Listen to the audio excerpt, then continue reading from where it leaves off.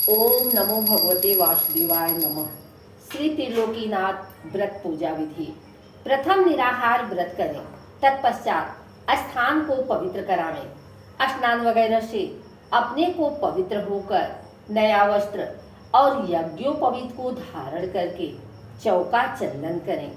फिर लोटे में जल भरकर उसमें 1 पैसा और 1 सुपारी छोड़ देंगे और आम का पत्र डालकर कलश को रखें।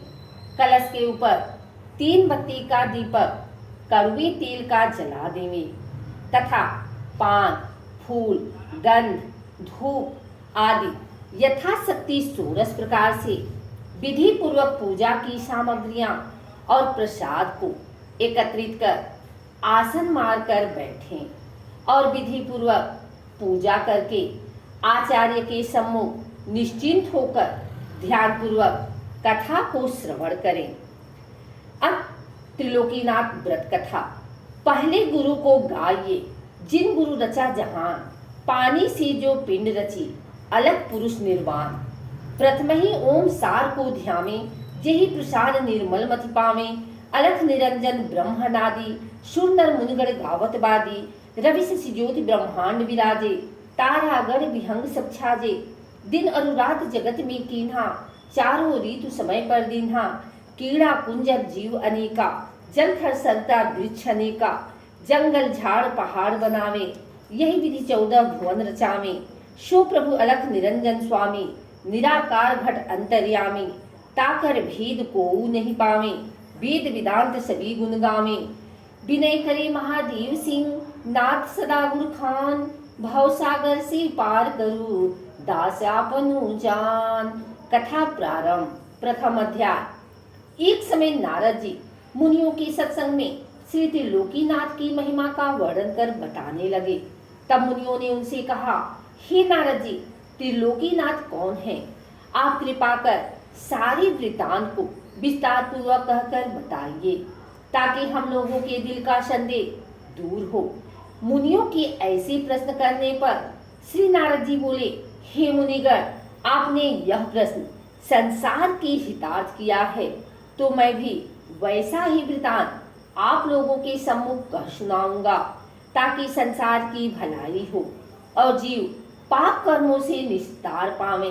इतना कहकर श्री नारद जी बोले, एक समय भारद्वाज का पुत्र शुकेश, शिव का पुत्र सत्यकाम, गर्भ गोत्री सौर्यायणी सूर्य का पोता, अश्लायन का पुत्र कौशल्य, भृगु का पुत्र विदर्भ, देशवासी केतु का पोता कुबंधी, एक ईश्वर परायण ब्रह्म विश्वासी भक्तजन परम ब्रह्मा को जानने के हेतु हाथों में समझाए लिए ऋषि पिपलाद के समीप गए। यह सोचकर कि निश्चय यह मुनि वह सब बता देंगे जो हम जानना चाहते हैं। ये लोग तब वहां पहुंचे तो ऋषि पिपलाद इनसे बोले, आप लोग जो श्रद्धा सहित मेरे पास जानने के निमित्त आए हैं कि संसार में सबसे बड़ा देव कौन है, सो मैं आपको विस्तार पूर्वक कहकर बतलाता हूँ। इतना कहकर ऋषि पिपलाद उन ऋषियों से बोले, एक कल्प का वृत्तांत है कि एक नगर में चारों वर्ण ब्राह्मण, क्षत्रिय, वैश्य और शूद्र रहते थे। उसी नगर में एक मल्लाह भी निवास करता था, किंतु मल्लाह अपनी करनी की बदौलत दारुण दुख भोग रहा था। कहा है कि आगे किए सो अब भुगतावे, अब ही करे सो आगे पावे। जाको प्रभु दारुण दुख दीना, ताकि मत पहले हर लीना। ईश्वर स्वतः सदा निर्दोष रहता है, जो जैसा करता है उसको वैसा ही फल देता है। उस मल्लाह के पास एक कामधेनु गाय थी, परंतु वह कामधेनु गाय 1 पाव से अधिक दूध किसी रोज भी नहीं देती थी। और उस मल्लाह की स्त्री जब से आई तब से अपनी सास को सपने में भी मैया जी नहीं कहती थी, और उसका बेटा बाप को कभी बाबूजी नहीं कहता था। वह बेचारा मल्लाह ऐसा दुख भोग रहा था कि आज खाया तो कल के लिए चिंता लगी रहे। इस कारण वह नित्य परम ब्रह्मा परमात्मा से प्रार्थना करता था कि हे भगवान, कल क्या भोजन होगा। इस प्रकार से जब दुख भोगते भोगते कुछ रोज हो गए तो एक रोज उसकी स्त्री ने उससे कहा, घर में एक छटाक चावल दाल नहीं है और तुम चुपचाप बैठे हो। तब वह मल्लाह अपनी स्त्री की ऐसे वचन सुनकर बोला, क्या करें, पास में तो एक पैसा भी नहीं है। कहो चावल दाल कहाँ से और कैसे ले आवें। अपने पति के ऐसा कहने पर वह मकान के अंदर जाकर देखी कि घर में एक सवा सेर के करीब मटर और ताखे पर 2 पैसे हैं। वह उन पैसों और मटर को उठा लाई और अपने पति को देकर कहा, यह लो और बाजार से चावल दाल खरीद लाओ। मल्लाह मटर को अपने गमछे के कोने में बांध पैसे को टेट में रखकर बाजार को चला। तब उसका दुख दूर करने के निमित्त परम ब्रह्मा परमात्मा ने एक डंडी भेजा। वह डंडी मूंछ का डारा पहने, लंगोटा चढ़ाए, अंग में भस्म रमाए, ऊपर से पीताम्बर और हाथ में कमंडलू लिए दिव्य मूर्ति को धारण किए उस मल्लाह के नगर के निकट आकर एक पीपल के वृक्ष पर चढ़कर बैठ गया। तब तक मल्लाह भी वहां आ पहुंचा। मल्लाह को आते देखकर वृक्ष के ऊपर से डंडी बोला, ए मल्लाह, तुम किधर जाते हो। इस शब्द को सुनकर मल्लाह पीछे की तरफ जो घूमकर देखा तो उसको कोई आदमी दिखाई नहीं पड़ा। तब वह फिर आगे को बढ़ा। बढ़ते ही फिर वही आवाज सुनाई दी कि ए मल्लाह, तू किधर जाता है। दोबारा आवाज सुनकर फिर मल्लाह ने घूमकर देखा और जब फिर उसको कोई आवाज नहीं सुनाई पड़ी तो फिर कौन मुझे पुकार रहा है यह सोच ही रहा था कि उसकी निगाह एक व एक पीपल के ऊपर जा पड़ी तो क्या देखा कि एक बड़ा तेजवान डंडी जटा मुकुट धारण किए, पीताम्बर और हाथ कमंडलू लिए एक पीपल की मोटी डाल पर बैठा है। डंडी महाराज को देखकर मल्लाह प्रणाम करके बोला, महाराज आप कौन हैं और मुझे किस लिए पुकार रहे हैं। इस दास के लिए आपकी क्या आज्ञा होती है। सेवा में यह दास हाजिर है, जो आज्ञा हो कहिए। डंडी बोला, मैं त्रिलोकीनाथ का भेजा हुआ शक्तिमान डंडी हूँ। डंडी महाराज की ऐसे वचन सुनकर मल्लाह ने बड़े हर्ष के साथ साष्टांग प्रणाम किया। मल्लाह का प्रेम देखकर डंडी प्रसन्न हो आशीर्वाद देकर पूछा, तुम कहाँ जा रहे हो। मल्लाह बोला, स्वामीनाथ, मैं बाजार जा रहा हूँ। बाजार का नाम सुनकर डंडी ने कहा, बाजार जा रहे हो तो हमारे वास्ते 1 पैसे का कपूर, 1 पैसे का कड़वा तेल एवं 1 पैसे का पंचमेवा प्रसाद के लिए लेते आना और वह 3 पैसे पीपल के नीचे पड़े हैं, उठा ले जाओ। मल्लाह ने पीपल के नीचे पड़े हुए 3 पैसे उठा लिए और टेट में रखकर डंडी से बोला, महाराज तेल किस में ले आऊंगा। डंडी ने कहा, अपने गमछा में बांध कर ले आना। गमछे का नाम सुनकर मल्लाह सकोच कर बोला, महाराज गमछे में तेल किस प्रकार आएगा। तब डंडी ने हंसकर कहा, तुम त्रिलोकीनाथ का नाम लेकर गमछे में बांध लेना, उनकी महिमा से चला आवेगा। डंडी के वचन मानकर मल्लाह वहां से चला और बाजार में आ पहुंचा। तो अपने मन में विचार कर पहले डंडी महाराज के सामान को खरीदने लगा। बनिया की दुकान पर जाकर मल्लाह ने कहा कि भाई 1 पैसे का कपूर दो।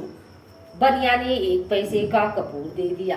कपूर को लेकर मल्लाह ने अपने टेट से पैसा निकालकर बनिया को दिया और तेली की दुकान पर जाकर तेली से कहा, 1 पैसे का कड़वा तेल दे दो। वह तेली बोला, तेल किस में लोगे, जाकर एक पात्र तो मोल लाओ, तब तेल ले जाना। मल्लाह ने कहा, हमारे पास 3 पैसा अधिक है और एक पैसे का 3 सौदा खरीदना है। पात्र कहाँ से लाऊं, तुम मेरे गमछे में दे दो। तब तेली हंसकर कहा, यह कैसा बेवकूफ है, कहीं तेल घी गमछा में जाता है। मल्लाह ने कहा, तुम तेल दो, मेरे त्रिलोकीनाथ की महिमा होगी तो तेल गमछा में ही चला जाएगा। यह सुनकर तेली अपने मन में कहने लगा कि देखे तो इसकी त्रिलोकीनाथ जी की कैसी महिमा है और गमछा में तेल लेकर कैसे जाता है। इतना कहकर तेली ने 1 पैसे का तेल नाप कर दे दिया। मल्लाह ने जब गमछे में तेल ले लिया तो जैसे पुरैन के पत्ते पर जल ठहर जाता है, उसी तरह गमछे में तेल त्रिलोकीनाथ जी की महिमा से ठहर गया। तब तेली देखकर आश्चर्यचकित हो गया। तब मल्लाह पैसा देकर पंचमेवे की दुकान पर जा पहुंचा और तेली वहां सोच सकोच में पड़ा ही रहा। इधर मल्लाह पंचमेवे की दुकान पर जाकर कहा, भाई 1 पैसे का पंचमेवा तो दे दो। मेवा वाले ने 1 पैसे का पंचमेवा दे दिया। मेवा को ले मल्लाह कपड़े में बांध टेट से 1 पैसा निकालकर पंचमेवे वाले को दे दिया तो देखता है कि तीनों पैसे मेरे पास मौजूद ही हैं। तब तो मल्लाह बड़ा आश्चर्यचकित हो फिर अपने मन में कहने लगा कि यह सब वही दंडी महाराज की माया है। अब जान पड़ता है कि 3 पैसे कभी कम नहीं होने वाले हैं। ऐसा अपने मन में विचार कर मल्लाह बड़े आनंद से 1-1 पैसा करके अपनी इच्छा अनुसार फल, फूल, गंध, धूप इत्यादि वस्तु भी खरीद एक बड़ी सी पोटली बांध लिया। तत्पश्चात अपना चावल, दाल वगैरह सब सौदा खरीद कर बाजार से चल पड़ा। फिर भी मल्लाह के पास 3 पैसे के 3 पैसे मौजूद थे। बाजार से सौदा लेकर मल्लाह उसी पीपल के पास आ पहुंचा जहां की वह डंडी बैठा था। सौदा लेकर आने पर डंडी ने मल्लाह से कहा, हमारे वास्ते तुम जो जो वस्तु लाए हो वह सब अलग अलग करके यहाँ रख दो और अपने वास्ते जो लाए हो वह अपने घर ले जाओ। मल्लाह डंडी की आज्ञा अनुसार सब सौदा खोजकर अलग अलग रख कर बोला, महाराज तेल कहाँ रखें? डंडी ने कहा, देखो वह पीपल में खोखला है, उसी खोखले को साफ करके तेल उसमें रख दो। मल्लाह खोखले को साफ कर उसमें तेल रखकर बोला, महाराज आपके 3 पैसे तो हमारे पास ज्यों के त्यों मौजूद ही हैं। यह सुन डंडी ने हंसकर कहा, तुम जहां से पैसा उठा कर ले गए हो वहीं उन पैसों को रख दो। मल्लाह के उसी जगह उन 3 पैसों के रख देने पर डंडी ने मल्लाह से कहा, अब तुम अपना सौदा लेकर जाओ और कल सवेरे ही अपने बंधुओं को निमंत्रण देकर कहना कि अमुक पीपल के नीचे मैं आज त्रिलोकीनाथ का पूजन व्रत कथा को सुनूंगा। अतः सब सज्जनों को निमंत्रण देता हूँ कि अपने बंधुओं सहित पधार कर सम्मिलित होवें। ऐसा कहकर डंडी ने फिर कहा, ए मल्लाह, देखो जिस आचार्य के मुख से त्रिलोकीनाथ की व्रत कथा श्रवण करना, उस आचार्य को आदर सत्कार के साथ भोजन करा के यथाशक्ति जो हो सके दक्षिणा देकर विदा करना। आचार्य को दान नहीं देने से कोई यज्ञ क्यों न हो, वह यज्ञ निरर्थक हो जाता है। जैसे मजदूर को बुलाकर काम करावे और मजदूरी न दे तो वह अधर्म समझा जाता है। त्रिलोकीनाथ की कथा सुनकर अपने बंधुओं सहित प्रेम से प्रसाद को भक्षण करना चाहिए। जो कोई मनुष्य त्रिलोकीनाथ के प्रसाद को पाने में संकोच करता है, उसके ऊपर निश्चित जानो कि त्रिलोकीनाथ का कोप होता है। वह मनुष्य महान कष्ट पाता है।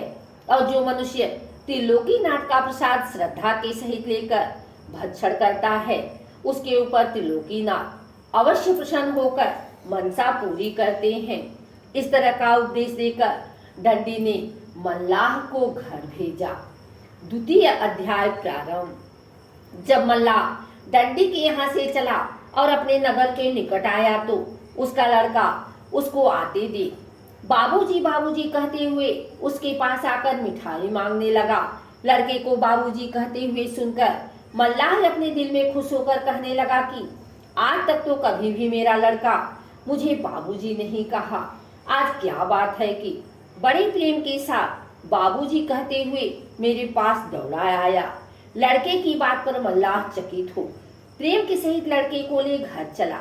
उसकी स्त्री ने जब देखा कि मेरा पति एक बड़ा सा गट्ठर लिए आ रहा है तो दौड़ती हुई अपने सासू के पास जा कहने लगी, मैया जी आज न जाने कहां से स्वामी ना एक बड़ी भारी गठरी लिए आ रहे हैं।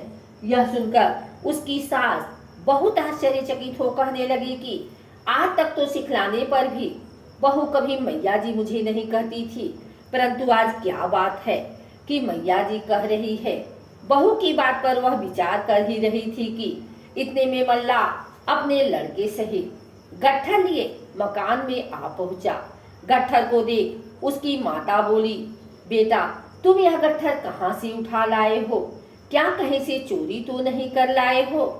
माता की ऐसी बात सुनकर मल्लाह ने सारा हाल कह सुनाया। तब तो उसकी माता और स्त्री बहुत खुश हुई और भोजन बना, सब प्राणी खा पी कर सो रहे। जब सवेरा हुआ तो उसकी माता, स्त्री और पुत्र तीनों उस पीपल के पास गए, जाकर डंडी को प्रणाम किया। डंडी ने तीनों को बड़ी प्रसन्नता से आशीर्वाद देते हुए कहा कि तुम लोग यहाँ जमीन साफ सुथरी कर तैयार कर दो। तब ये तीनों डंडी के कहने के मुताबिक वहाँ की जमीन साफ करने लगे। इधर मल्ला अपने बंधु बांधवों तथा नगर के सब लोगों को कथा सुनने के निमित्त निमंत्रण देकर पीपल के पास जा पहुंचा। जब निमंत्रण देकर मल्ला चला गया तो किसी आदमी ने एक पंडित से पूछा, महाराज त्रिलोकीनाथ नाम के कौन देवता हैं? तब पंडित जी बोले, 3 लोक 14 भुवन के मालिक त्रिलोकीनाथ हैं।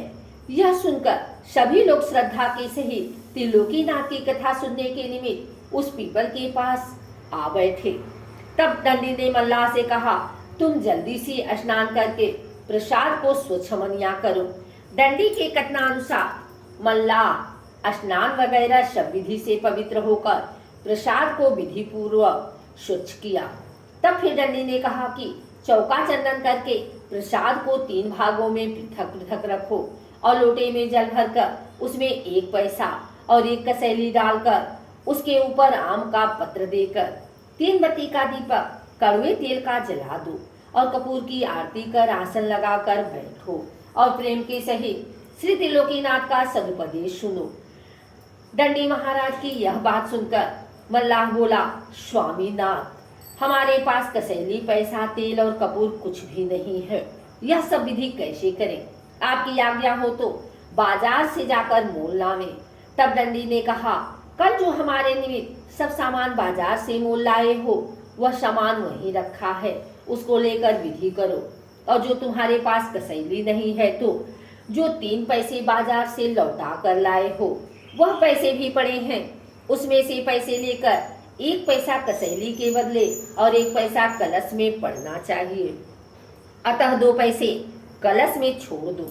तब उस मल्लाह ने डंडी महाराज की आज्ञा अनुसार वैसा ही किया एवं संपूर्ण विधि हो जाने पर डंडी ने कहा, ए मल्लाह, जो मनुष्य अपने बंधु बांधवों आदि को बुलाकर श्रद्धा के सहित श्री त्रिलोकीनाथ का सदुपदेश सुनता है वही अपने कुल परिवार सहित पाप कर्मों से छुटकारा पाकर मुक्त हो जाता है। इतना कहकर डंडी त्रिलोकीनाथ का सदुपदेश श्रवण कराने लगे। डंडी ने कहा, ए मल्लाह, 3 लोक 14 भुवन 7 खंड 9 द्वीप में सबसे बड़े देव त्रिलोकीनाथ हैं। जैसे महर्षि कह गए हैं कि सुरपुर, नरपुर, नागपुर तीनों पुर में आया है, भजन करो भाई आंध्रा, क्यों तुम धर्म भुलाया है। अंडर पिंडर स्वदेश उद्भिद जंडम अस्थावर आदि सब्जीवों में जिसकी सत्ता समा रही है उसी प्रभु का नाम त्रिलोकीनाथ सत्यनारायण स्वामी है, जो सारे संसार के पालन पोषण करता और धरता है। इन्होंने अपनी इच्छा के अनुसार सारे संसार को रचा है और वह परम ब्रह्मा परमात्मा अजर अमर अनादि और अजन्मा है। उनका कभी नाश नहीं होता और न वे जन्म ही लेते हैं। वह जैसे सर्वशक्तिमान है वैसा ही उनका गुण तथा कर्म स्वभाव नाम भी अनंत है। जब संसार में घोर पाप होने लगता है तब वह भूमि का भार और दुख हरने के निमित्त अपनी प्रचंड शक्ति को देकर एक पुरुष भेज देता है। वही पुरुष संसार में आकर पापियों को मार भक्तों का उद्धार करता है। इतना कहकर फिर डंडी बोला कि जो पुरुष अपने माता पिता, गुरु और आचार्य का तथा जो स्त्री अपने सास ससुर और पति का अनादर करती है एवं जो मनुष्य जीवों पर दया नहीं करता, मांस मछली मदिरा भक्षण करता है, उनको निश्चय जानो कि त्रिलोकीनाथ दंड देते हैं। वही स्त्री पुरुष दुखी होकर संसार में कष्ट पाकर मारे मारे फिरते हैं और उनका अनादर के सिवा आदर कहीं भी नहीं होता। देखो त्रिलोकीनाथ की कैसी महिमा है। इस प्रकार के सदुपदेश देते हुए डंडी बोले, जब त्रिलोकीनाथ ने सारे जगत को रचकर 84 लक्ष योनि को उत्पन्न किया तो सब जीवों उनकी प्रजा तथा संतति है। त्रिलोकीनाथ की पूजा तथा कथा को कहने सुनने का अधिकार सभी के लिए बराबर है, खासकर किसी एक व्यक्ति के लिए नहीं। जो सारे संसार को खिलाता है, वह खाने के लिए किसी दूसरे के आश्रय पर नहीं बैठा रहता, वह खाता भी है और नहीं भी खाता है। खाने का अर्थ यह है कि जब वह सर्वजीवों में वास करता है तो जो जीव खाता है वह उनको प्राप्त हो जाता है। जैसे कहा भी है कि ईश्वर अंश जीव अविनाशी, चेतन अमर सहज सुख राशि, बिन पग चले सुने बिन काना, कर बिनु कर्म करे विधि नाना, आनंद रहित सकल रस भोगी, बिन वाणी वक्ता बड़ जोगी। वह सर्वशक्तिमान परमात्मा सब जीवों में वास करने वाला है और उसके पांव नहीं किंतु चलता है, कान नहीं परंतु सुनता है, हाथ नहीं पर सब कर्मों को करता है, जीव नहीं किंतु सब रसों का स्वाद लेता है, मुख नहीं किंतु बहुत बोलने वाला है, अर्थात उनका रूप नहीं, वह निराकार है। इससे मालूम होता है कि परमात्मा निराकार रहते हुए भी आपके सब कर्मों को जानता है। और परमात्मा के लिए प्रसाद पूजा पर नहीं रखा जाता, किंतु प्रसाद रखने का नियम इसलिए हुआ कि प्रसाद के लालच से लड़के से लेकर वृद्ध तक सब लोग आकर परमात्मा के सदुपदेश को सुनेंगे और प्रसाद पाकर प्रेम के सहित श्री त्रिलोकीनाथ का नाम लेते हुए घर जाएंगे और पाप कर्मों से बचकर त्रिलोकीनाथ की भक्ति में मन लगाएंगे। उपदेश के साथ दृष्टांत इसलिए देकर बतलाया कि लोग जाने कि त्रिलोकीनाथ ने किसको कैसे दंड और फल दिए। दृष्टांत को सुनकर कोई प्राणी पाप कर्मों की तरफ कभी नहीं जाएंगे और कर्मों का फल समझकर श्री त्रिलोकीनाथ की भक्ति में सदा लवलीन रहेंगे। इतना कहकर दंडी ने मल्लाह से कहा, अब विधि पूर्वक हवन करके आरती करो और प्रसाद सभी लोगों को बांट दो। हरी इच्छा। उसी समय में एक ब्राह्मण वहां जा पहुंचा। उस ब्राह्मण को देखकर लोगों ने बड़े आदर के साथ कहा, पंडित जी बैठ जाइए और त्रिलोकीनाथ का प्रसाद लेकर जाइए। ब्राह्मण बोला, पूजा को कौन वर्ग कर रहा है? लोगों ने कहा, मल्लाह। यह सुनकर ब्राह्मण बोला, मल्लाह का प्रसाद नहीं लेंगे। इतना कहकर वह ब्राह्मण वहां से चल दिया। तब दंडी कहने लगा कि यह ब्राह्मण बड़ा घमंडी जान पड़ता है। यह त्रिलोकीनाथ के प्रसाद में छूतमान भक्त का अनादर कर चला गया तो निश्चय जानो कि इस ब्राह्मण का घमंड त्रिलोकीनाथ अवश्य तोड़ेंगे। संसार में जितने घमंडी हुए, किसी का घमंड त्रिलोकीनाथ ने नहीं रहने दिया। देखो कहा है, हरिजन जात छूत जिहि मानी, होई छछुंदर सोमल खानी। जो प्राणी श्री त्रिलोकीनाथ के भक्त में छूत लगाता है वह मलमूत्र को खाने वाला छछुंदर होता है। इतना कहकर दंडी बोले कि अब प्रसाद को लेकर लोगों को बांट दो और जो प्रसाद बचे सो उठाकर अपने घर ले जाओ। दंडी महाराज के कथनानुसार मल्लाह ने सबको प्रसाद बांट दिया। प्रसाद पाकर सब लोग बड़े आनंद के साथ त्रिलोकीनाथ का जय मनाते हुए घर गए और जो प्रसाद बांटने से बच गया था उसे मल्लाह लेकर अपनी माता, स्त्री और पुत्र के सहित त्रिलोकीनाथ की जय जयकार करते हुए अपने घर गया। उस दिन से त्रिलोकीनाथ की ऐसी कृपा हुई कि उस मल्लाह के घर से दरिद्रता निकल गई और घर में लक्ष्मी का वास हुआ। जो कामधेनु गाय उसको एक पाव से अधिक दूध किसी रोज नहीं देती थी, वह कामधेनु 5 सेर दूध देने लगी। उसी दिन से उस मल्लाह का दिनों दिन धन बढ़ने लगा। तृतीय अध्याय। नारद जी बोले, हे मुनिगर, जब उस ब्राह्मण ने त्रिलोकीनाथ के प्रसाद को छूत मानकर नहीं लिया और घर गया तो रोग से पीड़ित होकर महाकष्ट पाने लगा। एक रोज उस ब्राह्मण के पुत्र की अचानक मृत्यु हो गई तो वह ब्राह्मण छाती पीट पीट कर रोने लगा और रोते रोते अज्ञान होकर सो गया। तब उस ब्राह्मण के हृदय में त्रिलोकीनाथ ने घोषित किया कि हे ब्राह्मण, तू बड़ा घमंडी है। उस दिन मेरे प्रसाद में छूत लगाकर और मेरे भक्त का अनादर कर चला आया है, यह उसी का दंड मिल रहा है। तू आज से अपने मन में यह प्रण कर कि त्रिलोकीनाथ की पूजा करके व्रत कथा को सुनूंगा और भगवान के प्रसाद में छूत कभी नहीं मानूंगा। तुम्हारा कल्याण होगा और बेटा जीवित हो जाएगा, नहीं तो तू समझ ले कि तेरा सर्वनाश हो जाएगा। जो प्राणी त्रिलोकीनाथ के प्रसाद को छूत समझकर नहीं लेता है वह महाकष्ट को पाता है और उसके धन जन का भी नाश हो जाता है। भगवान के प्रसाद में कभी छूत नहीं लगाना चाहिए। प्रसाद को श्रद्धा के सहित ले लेना चाहिए, पीछे पान करें अथवा दूसरे व्यक्ति को दे दें। प्रसाद में जो छूत मानता है उसके ऊपर त्रिलोकीनाथ का बड़ा भारी कोप होता है। जब इस तरह की घोषणा उस ब्राह्मण के हृदय में हुई तो वह ब्राह्मण चौंक कर उठ बैठा और उस मल्लाह का प्रसाद न लेने का उसे याद हुआ तो वह अपने मन में कहने लगा कि मैं उस दिन मल्लाह समझकर त्रिलोकीनाथ का प्रसाद नहीं लिया था, उसका दंड हमको अब मिल रहा है। यह समझकर भयभीत होकर त्रिलोकीनाथ की पूजा कथा सुनने का प्रण करके आराधना किया तो उसका पुत्र जिंदा हो गया। पुत्र को जिंदा पाकर वह बहुत खुश हुआ और सवेरे ही उठकर त्रिलोकीनाथ की पूजा और कथा की तैयारी कर मन में विचार किया कि पूजा की विधि तो मुझे मालूम नहीं है, मैं पूजा कैसे करूंगा। यह विचार कर वह ब्राह्मण घर से चला तो पीपल के पास गया जहाँ की मल्लाह ने पूजा की थी। वहां जाकर ब्राह्मण ने देखा कि पीपल के ऊपर दंडी बैठा है। दंडी को देखते ही उसने प्रणाम किया। दंडी ने पूछा, कहो ब्राह्मण, कैसे आए हो। ब्राह्मण बोला, महाराज, मुझे त्रिलोकीनाथ का पूजन करना और कथा सुनना है, लेकिन उसकी विधि मुझे मालूम नहीं है, आप कृपा कर मुझे बता दीजिए। दंडी बोला, उसी मल्लाह के पास तुम जाओ, वह सब विधि तुमको बतला देगा। ब्राह्मण ने कहा, महाराज, वह मल्लाह कहाँ रहता है, मुझे मालूम नहीं है। दंडी ने कहा कि वह इसी नगर में रहता है। दंडी के कहने पर ब्राह्मण उस नगर में गया और लोगों से पूछकर मल्लाह के पास जाकर कहा, ए भाई, मुझे त्रिलोकीनाथ की पूजा करनी है, सो उसकी विधि क्या है बतला दो। यह सुन उस मल्लाह ने पूजा की सारी विधि बतला दिया।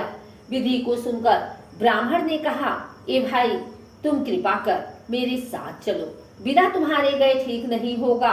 ब्राह्मण की यह बात सुनकर मल्लाह उसके साथ उस पीपल के पास आया और दंडी को प्रणाम किया। तब दंडी ने पूछा, कहो मल्लाह, किस लिए आए हो। मल्लाह ने कहा, महाराज, इनको त्रिलोकीनाथ की पूजा करनी है, सो पूजा की विधि बतलाने के वास्ते मुझे बुला लाए हैं। दंडी ने कहा, अच्छा, जाओ और सब विधि करा दो। दंडी महाराज की आज्ञा पाकर मल्लाह उस ब्राह्मण के साथ गया और पूजा का सब सामान खरीदवा दिया। तब ब्राह्मण त्रिलोकीनाथ के कोप का सारा हार अपने भाई बंधुओं में कर सबको निमंत्रण देकर बुलाया। त्रिलोकीनाथ की कथा सुनने के लिए सब लोग श्रद्धा से ही अपने बंधुओं के साथ आए। इधर मल्लाह ने पूजा की संपूर्ण विधि जब ब्राह्मण को बतला दिया तो ब्राह्मण विधि पूर्वक पूजा करके आचार्य के मुख से कथा को श्रवण करने लगा। कथा समाप्त हो जाने पर कपूर की आरती कर सबको प्रसाद बांटा। प्रसाद पाकर सब लोग त्रिलोकीनाथ की जय जयकार करते हुए अपने अपने घर गए। तब ब्राह्मण आचार्य को आदर सत्कार के सहित भोजन कराकर यथाशक्ति दान देकर विदा किया। तत्पश्चात मल्लाह को भी बड़ी श्रद्धा के सहित प्रसाद देकर विदा किया। उस दिन से त्रिलोकीनाथ की महिमा संसार में प्रचलित हुई और घर घर पूजा कथा होने लगी और त्रिलोकीनाथ सबको मनोवांछित फल देने लगे। जो प्राणी श्रद्धा के सहित त्रिलोकीनाथ की पूजा करता है उसको मनोवांछित फल पूरी करते हैं। हर तरह से त्रिलोकीनाथ की अद्भुत महिमा विस्तार पूर्वक नारद जी ने मुनियों से कह सुनाई। यह कथा सुनकर मुनिगण बड़े प्रसन्न हुए और अपने अपने धाम को चले गए और फिर नारद जी ब्रह्मलोक गए। आइए सुनते हैं त्रिलोकीनाथ की आरती। ओम जय जगदीश हरे, स्वामी जय जगदीश हरे। भक्त जनों के संकट, दास जनों के संकट क्षण में दूर करे। ओम जय जगदीश हरे, जो ध्यावे फल पावे, दुख बिन से मन का, सुख संपत्ति घर आवे, कष्ट मिटे तन का। ओम जय जगदीश हरे। मात पिता तुम मेरे, शरण गहूँ मैं किसकी। स्वामी शरण गहूँ मैं किसकी। तुम्हें बिनु और न दूजा, आस करूं जिसकी। ओम जय जगदीश हरे। तुम्हें पूर्ण परमात्मा, तुम्हें अंतर्यामी। स्वामी तुम्हें अंतर्यामी। पार ब्रह्म परमेश्वर, तुम सबके स्वामी। ओम जय जगदीश हरे। तुम्हें करुणा के सागर, तुम्हें पालन करता। स्वामी तुम्हें पालन करता। मैं मूर्ख खल कामी, कृपा करो भरता। ओम जय जगदीश हरे। तुम हो एक अगोचर, सबके प्राणपति। स्वामी सबके प्राणपति। किस विधि मिलूं दया मैं, तुमको मैं कुमति। ओम जय जगदीश हरे। दीन बंधु दुख हरता, तुम रक्षक मेरे। स्वामी तुम रक्षक मेरे। करुणा हस्त उठाओ, द्वार पड़ा तेरे। ओम जय जगदीश हरे। विषय विकार मिटाओ, पाप हरो देवा। स्वामी पाप हरो देवा। श्रद्धा भक्ति बढ़ाओ, संतन की सेवा। ओम जय जगदीश हरे। श्री जगदीश जी की आरती जो कोई नर गावे। स्वामी जो कोई नर गावे, कहत शिवानंद स्वामी, सुख संपत्ति पावे। ओम जय जगदीश हरे। बोलो त्रिलोकीनाथ की जय। उमापति महादेव की जय। भोले शंकर की जय।